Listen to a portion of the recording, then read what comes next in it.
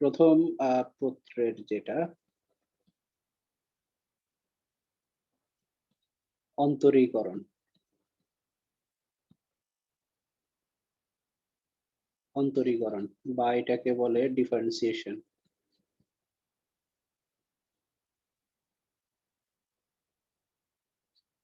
এটা হলো 9 নাম্বার অধ্যায়,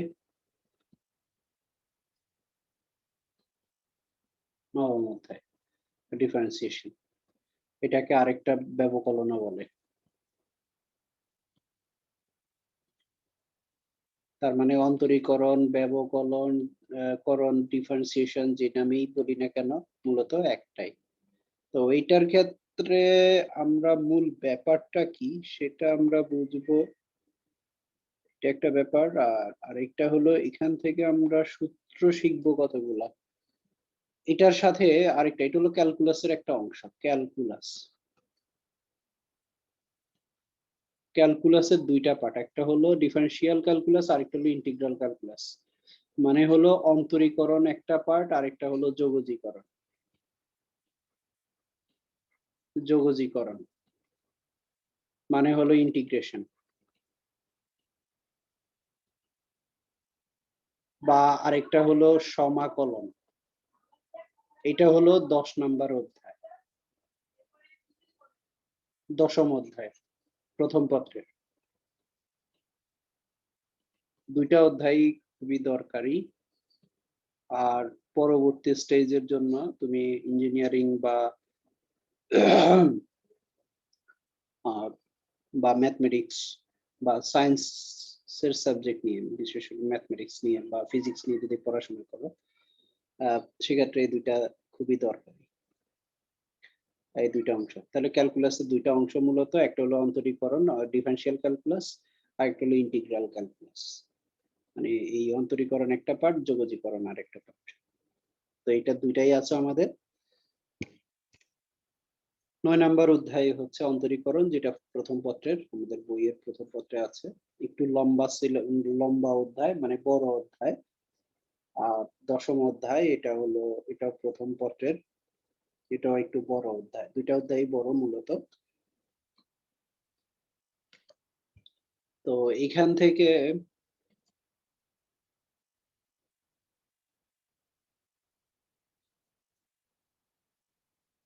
আচ্ছা,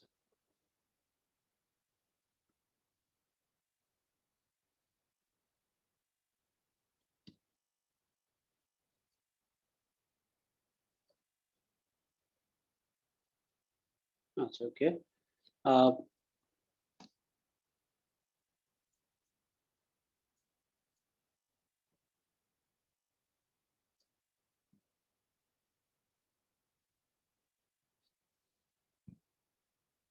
এই ডিফারেনশিয়াল ইন্টিগ্রালের ইন্টিগ্রেশন যেটা, অন্তরীকরণ যেটা, এটার অপারেটর, এটাকে বলে ডিডিএক্স, এটাকে বলে অপারেটর।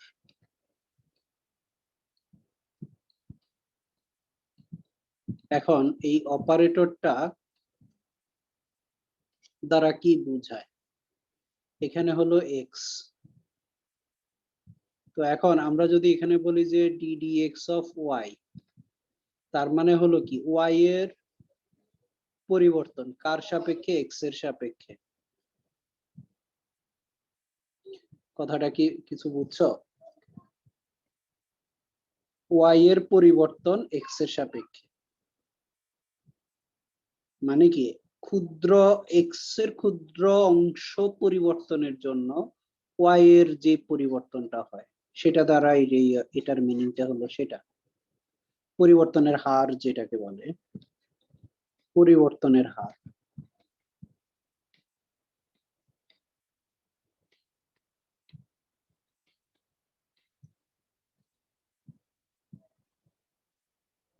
আচ্ছা, এখন আমরা কিছু সূত্র শিখি। আমরা এটা এটা আরো পরে আলোচনা করলে বুঝতে পারবে, এটা নিয়ে আমি পরে আলোচনা করবো, তাহলে মাথায় ঢুকবে। এখন ওইটা আলোচনা করতে গিয়ে মনে হবে যে এই সব চ্যাপ্টারটা অনেক কঠিন, বা মানে একটা বিরূপ মনোভাব তৈরি হতে পারে। তো সেই ক্ষেত্রে হচ্ছে কি যে আমরা জাস্ট সিম্পল কিছু সূত্রের কথা যদি বলি, যে ডিডিএক্স অফ এক্স, মানে এক্স এর সাপেক্ষে এক্স এর পরিবর্তনের হার, এটা হলো 1, ধ্রুবক সবসময় 1 হবে। তারপরে ddx অফ, যদি আমরা x to the power n বলি, অর্থাৎ x এর পাওয়ার n, তাহলে n x to the power n minus 1। তারপরে হচ্ছে ddx of c, constant term, x এর সাপেক্ষে কোনো ধ্রুবকের কোনো পরিবর্তন হবে না, এটা হবে 0, মানে কনস্ট্যান্ট কোনো টার্ম x এর সাপেক্ষে, তাহলে কি হবে, 0 হবে। কনস্ট্যান্ট কোনো টার্ম, কনস্ট্যান্ট তো কনস্ট্যান্ট, এটা কোনো পরিবর্তন আছে, হবে না, তাহলে x এর সাপেক্ষে হবে কি, 0 হবে। আচ্ছা, এখন এরপরে ddx, যদি আমরা ই টু দি পাওয়ার এক্স এর কথা বলি, তাহলে এটা হচ্ছে ই টু দি পাওয়ার এক্স হবে। এখন এই জিনিসগুলো কিভাবে হয়, কোত্থেকে আসে, সেটা আমরা জানবো। তারপরে হচ্ছে ddx অফ লন এক্স, এটা হলো 1/x হবে, লন এক্স এর পরিবর্তন হলে 1/x। আচ্ছা, এগুলো হলো মূলত সূত্র। এখন এই অন্তরীকরণটা বোঝার জন্য আমাদের আরেকটা ব্যাপার বুঝতে হবে, সেটা হচ্ছে লিমিট। দেখবা যে তোমাদের বইয়ের এই 9 নাম্বার অধ্যায়, যেটা 9.1 বা 9A, যেটাই বলি না কেন, প্রথম অধ্যায়টা হচ্ছে লিমিট, প্রথম অনুশীলনীটা। এখন আসো, এই লিমিটটা কি, লিমিটটার কথা আমরা একটু জানি। এইটা জানতে গেলে, এই লিমিটের ব্যাপারে জানতে হলে আমরা এর আগে শিখে আসছি, দেখো অসংজ্ঞায়িত শব্দটা, তাই না, এটার সাথে আমরা পরিচিত, অসংজ্ঞায়িত। আর আরেকটা শব্দ আছে অনির্ণেয়। এখন এই অসংজ্ঞায়িত আর অনির্ণেয়, এই শব্দগুলোর পার্থক্যটা কোথায়? আচ্ছা, এটা সম্পর্কে আমরা জানবো। এটা নিয়ে মনে হয় আলোচনা করেছিলাম কোনো এক সময়, নাকি অন্যদের সাথে আলোচনা করছি, যাই হোক, তোমাদের সাথে কি আলোচনা করছি অসংজ্ঞায়িত অনির্ণেয় নিয়ে? না স্যার। আচ্ছা, করিনি, ওকে। আচ্ছা, এখন আসো, আমি যদি লিমিটটাকে বুঝতে যাই, আমরা লিমিট দ্বারা কি বোঝাই, এটার বাংলা হচ্ছে সীমা, সীমা। এখন এখানে আমরা একটা সংখ্যা রেখা যদি নেই, ধরো এখানে 0, 1, 2, -1, -2, ঠিক আছে। তারপরে ধরো এটা, এখন কোন একটা ফাংশন, ধরো fx, fx এর মান হলো ধরো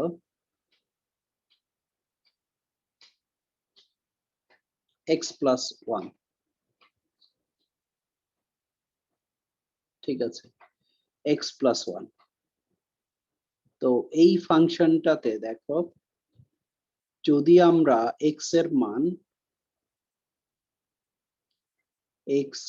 মান যদি 0-র দিকে অগ্রসর হয়, তাহলে এই fx এর মান হবে কত, x এর মান 0-র দিকে অগ্রসর হলে, অর্থাৎ তখন এটাকে বোঝানো হয় এইভাবে, যে লিমিট x টেন্ডস টু 0 হলে fx, তাহলে এটার মান হবে কত, 1 এর দিকে অগ্রসর হবে। এটা কি কিছু বুঝছো? বললাম কি, limit x tends to 0 fx, মানে x এর মান যখন 0-র দিকে অগ্রসর হবে, তখন fx এর মান 1 এর দিকে অগ্রসর হবে। এখন এই অগ্রসর হওয়া বলতে কি বোঝাচ্ছে, দেখো x এর মান আমরা যদি চিন্তা করি, x এর ভ্যালুটা 0-এর দিকে যখন যাবে, x এর মান ধরো এখানের মধ্যে ধরো 1 যদি হয়, তাহলে x এর মান যদি 1 হয়, তাহলে fx এর মান কত হবে? আমরা দুইটা ভাগ যদি করি, 2। আচ্ছা, দেখো x এর মান, আচ্ছা এইভাবে না,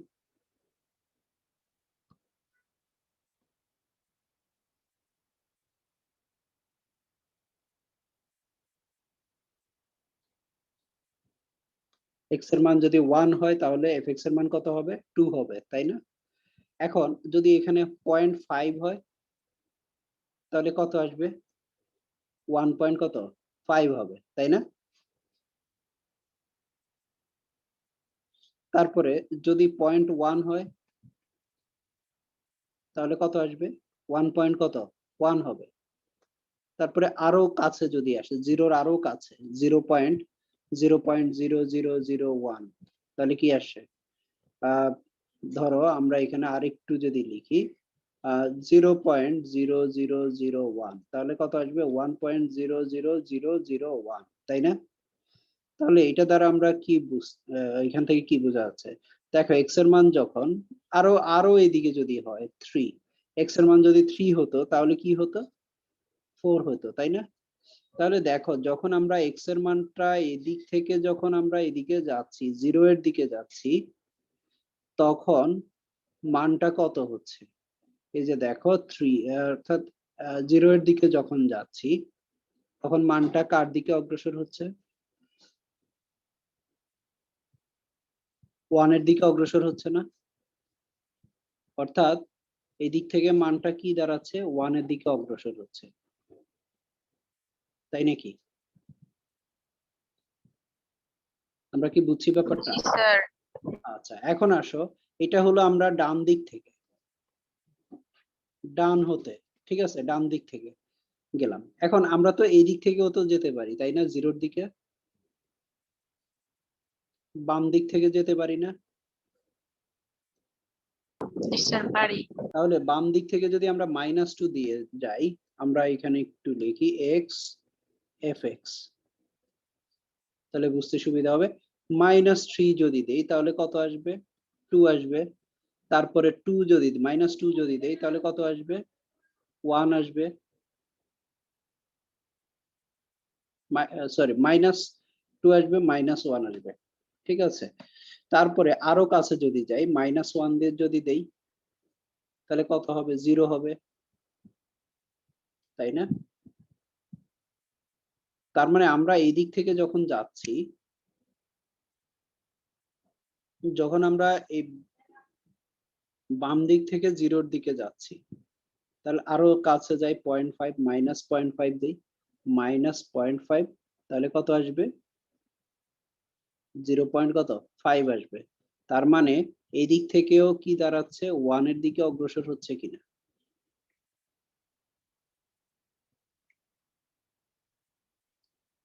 আরো কাছে যাও 0-তে যাও, যদি এক্স্যাক্টলি আচ্ছা এক্স্যাক্টলি 0 না দিয়ে 0 পয়েন্ট -0.00001 তাহলে কত আসবে পয়েন্ট 1 2 3 4, হ্যাঁ 1 2 3 4, হ্যাঁ 0.9999 এরভাবে না, মানে কি 1 এর কাছাকাছি হচ্ছে না? তাহলে দেখো আমরা যখন এই বাম দিক থেকেও যাচ্ছি তখন আমরা 1 এর কাছাকাছি যাচ্ছি, আবার ডান দিক থেকে যখন এক্স এর ভ্যালু 0-র দিকে যাচ্ছি তখন কি হচ্ছে এফ এক্স এর ভ্যালু কি হচ্ছে 1 এর দিকে অগ্রসর হচ্ছে, তাই না? 1, ওর কথা কি বুঝছো? জি স্যার বুঝছি। এখান থেকে আমরা কি বলতে পারি, এখান থেকে আমরা সিদ্ধান্ত নিতে পারি যে এক্স এর ভ্যালু যখন টেন্ডস টু 0, এটাকে বলে tends to, TENDS, tends to মানে কি, টেন্ডস টু মানে কি কোনো কিছুর দিকে অগ্রসর হওয়া, কোনো কিছুর নিকটবর্তী হওয়া। তাহলে এক্স এর ভ্যালু যখন টেন্ডস টু 0 হবে তখন এফ এক্স এর ভ্যালুটা কি হবে, এফ এক্স এর ভ্যালু টেন্ডস টু কি হবে 1 হবে, 1 হবে। এই যে 1টাকে বলে লিমিটিং ভ্যালু, 1টাকে বলে limiting value, limiting value, LIMITING, limiting value, VALUE, value, limiting value.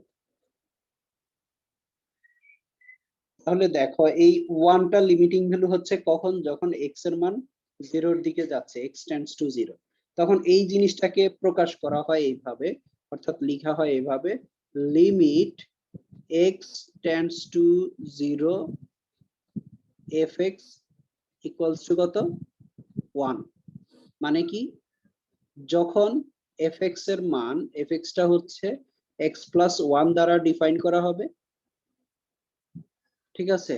এত হলে তাহলে এখানে আমরা কি পাচ্ছি limit x tends to 0, x এর মান যখন 0 এর দিকে অগ্রসর হবে সেটা বাম দিক থেকে হতে পারে ডান দিক থেকে হতে পারে, তাহলে এফ এক্স এর মান কি 1 এর দিকে অগ্রসর হবে।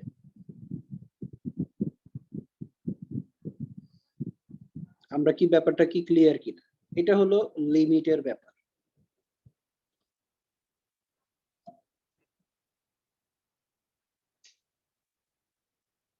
আমরা কি বুঝছি? জি স্যার, বুঝতে পারছি। আচ্ছা,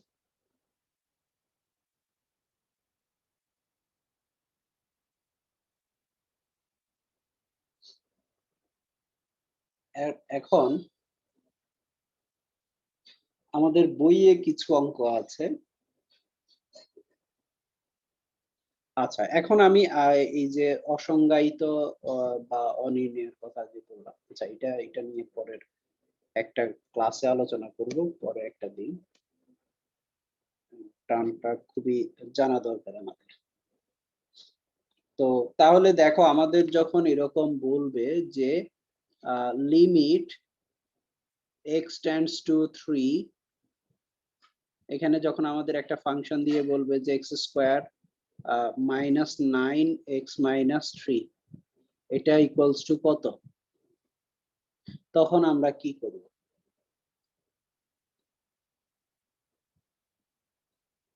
তখন আমরা যদি এই এক্স এর ভ্যালুটা এখানের মধ্যে বসাই, এক্স এর মান তো এক্স্যাক্টলি 0 3 না, তাই না?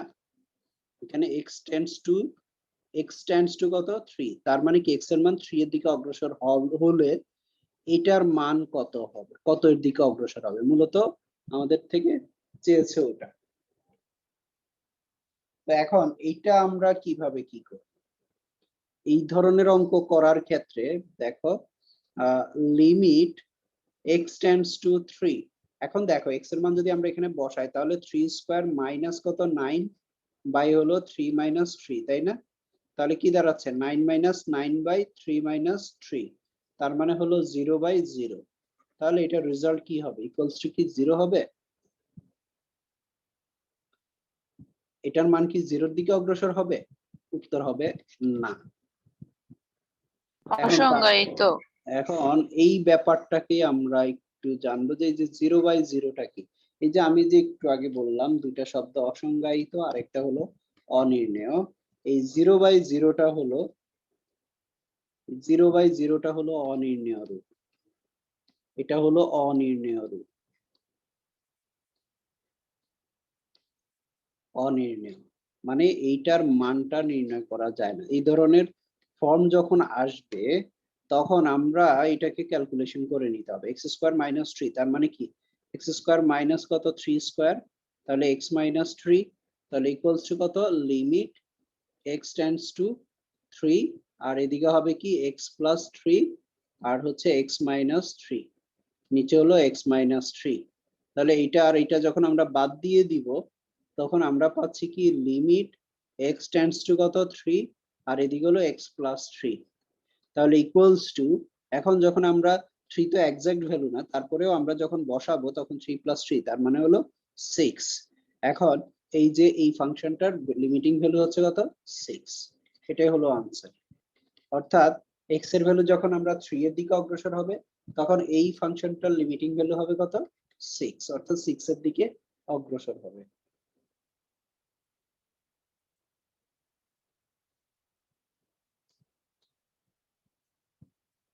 আমরা কি বুঝছি কিছু?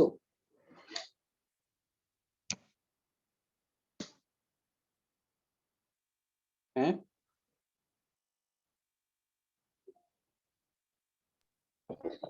স্যার লাস্টে যে 6 হলো ওইটা আরেকবার একটু বলেন। আচ্ছা এখানে হলো আর যে x square,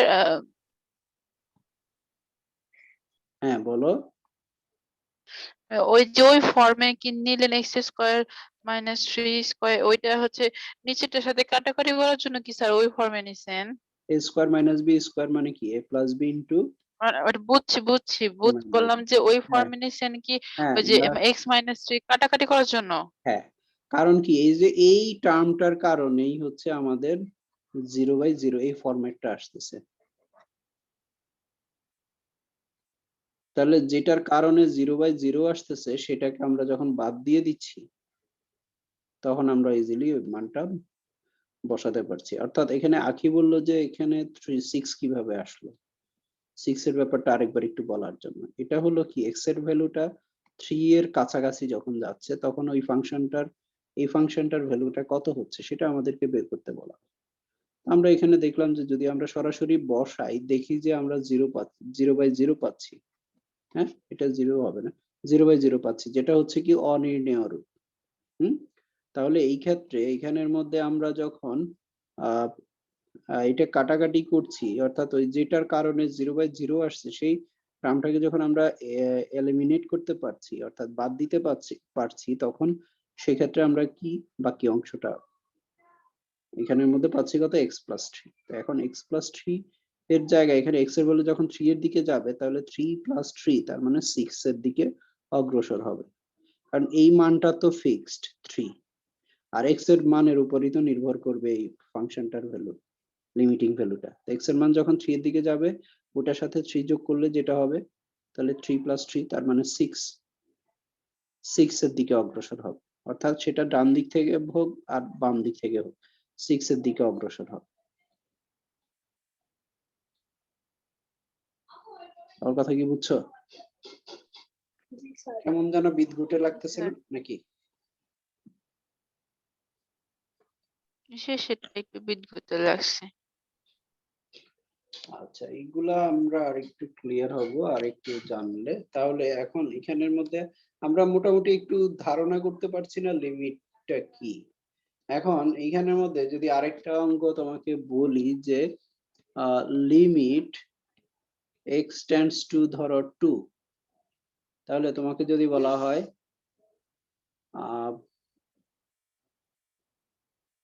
x cube minus 8 by x minus 2, তাহলে এই ফাংশনটার লিমিটিং ভ্যালু কত হবে বের করতে পারবে?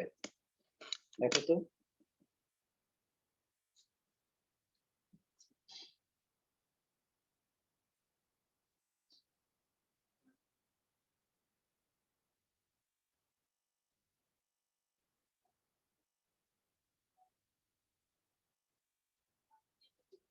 কত আসে?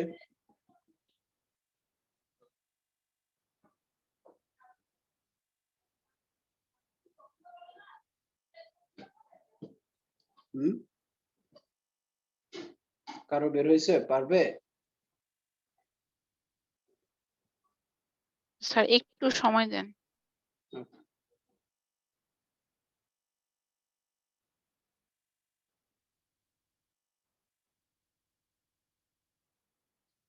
স্যার 12 কি আসে? আচ্ছা আমরা এবার ট্রাই করি।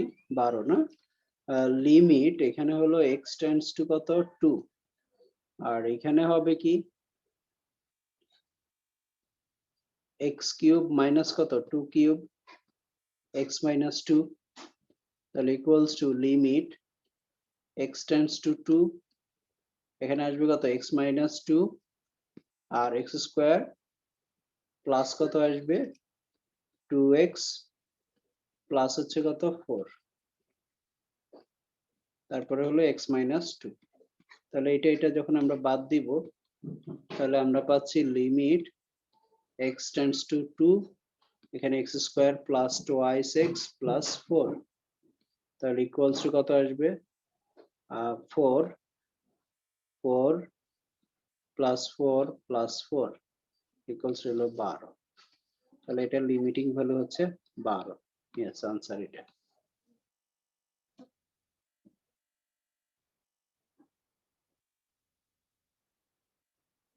ঠিক আছে? জি sir.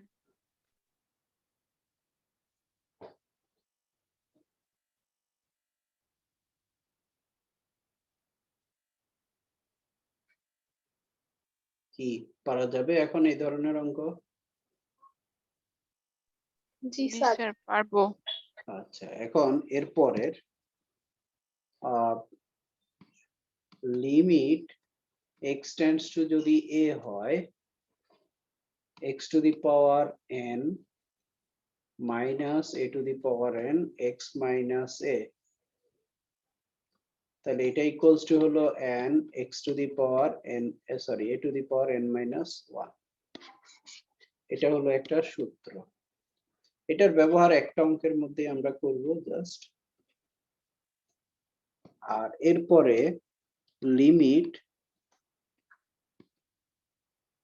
x tends to 0 sin x by x equals to হলো 1। তারপরে হলো limit x tends to 0, sir এগুলা কি সূত্র? হ্যাঁ, x by sin x equals to 1। এটা এটা এটা বেশি ইউজ করব আমরা। এটার মতো আরেকটা আছে tan, limit x tends to 0 tan x by x equals to 1, our limit x tends to 0 x by tan x equals to 1। মূলত দুইটা সূত্র, জাস্ট একটা আরেকটাকে উল্টানো। এটা এটা 3 4, 1 আর 3 সেম, 2 আর 4 সেম, জাস্ট উল্টানো। এখান থেকে আমরা এইগুলা ব্যবহার করব, এগুলা সূত্র। এটার প্রমাণও আছে বইয়ে, এটা একটু দেখবে এটার প্রমাণটা। প্রমাণ এখন আর দরকার হয় না, তারপরেও কিভাবে আসছে, কোথা থেকে আসছে, প্রমাণটা দেখলে জানতে পারবে।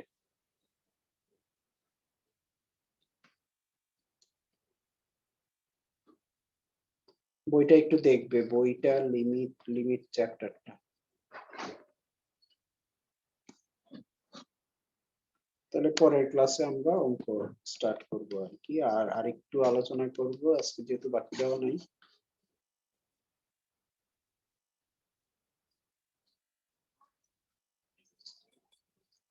ঠিক আছে?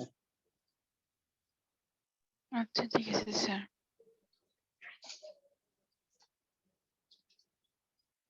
আমি